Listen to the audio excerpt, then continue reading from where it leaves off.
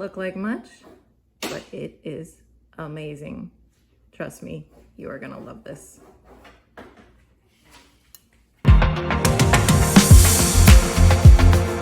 Today I'm going to teach you how to make tapioca crepes, Brazilian tapioca crepes. In Brazil, they just call them tapioca.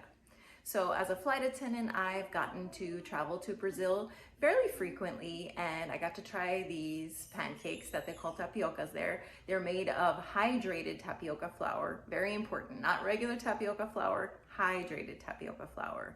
And they're so delicious, you can fill them with anything, and they're 100% gluten-free. I'm gonna head over now into the Brazilian market to get the hydrated tapioca flour. And if I had an upcoming trip to Brazil for work, then I would just wait to get it there. But I make these every week, so I'm already out of it. I can't wait that long. I wanna make it tonight. Here it is. So here it is, hydrated tapioca flour. I like to use this brand. So I've set my stove to like a medium-high heat. I'll zoom out so you can see a little bit.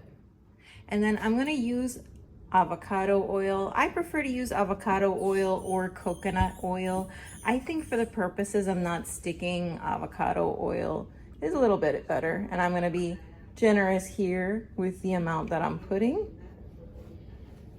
because we don't want this to stick. So then I'm gonna take my hydrated tapioca flour that we bought earlier at the Brazilian Mart. I'm gonna wait for just a second for that oil to get a little bit hotter. And then what I'm gonna do is pretty much magic. So I'm gonna shake in the amount that I need. So you just shake it in.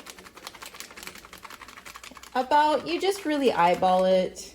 I could give you an amount, but honestly, it's about the size that you want your pancake to be. And then you're going to use the spoon to just smooth it out and create your pancake.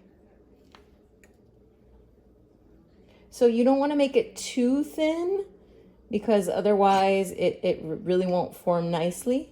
So I like to leave mine on the thick side. And you just spread it out nicely with the spoon. Make sure there's no holes or it won't hold together.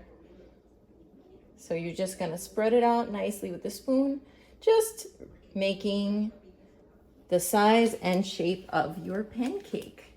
And then we wait. So now what we're gonna do, while the pancake is heating up and firming up, I'm gonna take some goat cheese. So I like to use goat cheese for this. You can use any filling you want for these pancakes. I think goat cheese is a really nice thing to use with them. It's not traditional. I think the traditional use is actually mozzarella cheese, but I love goat cheese because it tastes great and it is healthier for you than cow's milk cheese. It's a lot easier for us to digest. So I am going to just cut it into very thin slices. I usually do like about 3 slices of the goat cheese. And then I'm going to come back over here to my pancakes. So by now, it's going to be almost ready.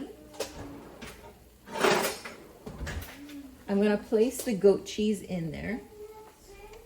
So just on one side, because we're going to flip over one side. So I'm just gonna put my little goat cheese slices all on one side. You see that?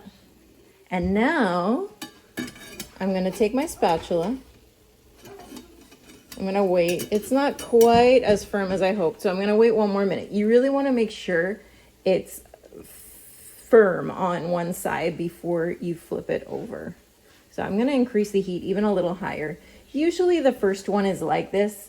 After that, they go a lot faster, but the first one sometimes does take a little while to solidify. And remember, we only wanna be using hydrated tapioca flour. Otherwise, you would have to, if you're using regular tapioca flour, you would have to hydrate it yourself, which is kind of messy and takes longer. I did it once. I don't recommend it. Just use the hydrated tapioca flour. So now let's check again. See if this is firm yet. And it is. So now we're gonna flip this over very carefully. Do you see that? So now we've flipped it over. So it's turned on itself. Okay? So now it's super easy from here. Now we're just gonna wait a little longer until the cheese melts inside. And after a few minutes, I will flip it over on the other side. So at this point, you're really just eyeballing it until it feels like that cheese has melted. Or if you put another filling inside, you could also put chicken inside. I mean, wherever your creativity takes you, chicken, avocado, there's all kinds of great things that you can do with this. So see, it comes out like this. Look how beautiful this is. I like to put some jam on the top if I'm using goat cheese. If you put chicken inside, then maybe no jam. But it tastes great like this. We eat this every week at home. That's my daughter. You can hear her in the back. She's waiting for hers. This one is for her. I hope you enjoyed this. If you would like to learn some more clean eating tips, I am running an Eat Clean challenge. It's totally free and you'll learn a lot of cool tips and tricks, including tips on how to eat gluten-free. I will put a link below with details. Thank you guys, and I hope to see you soon.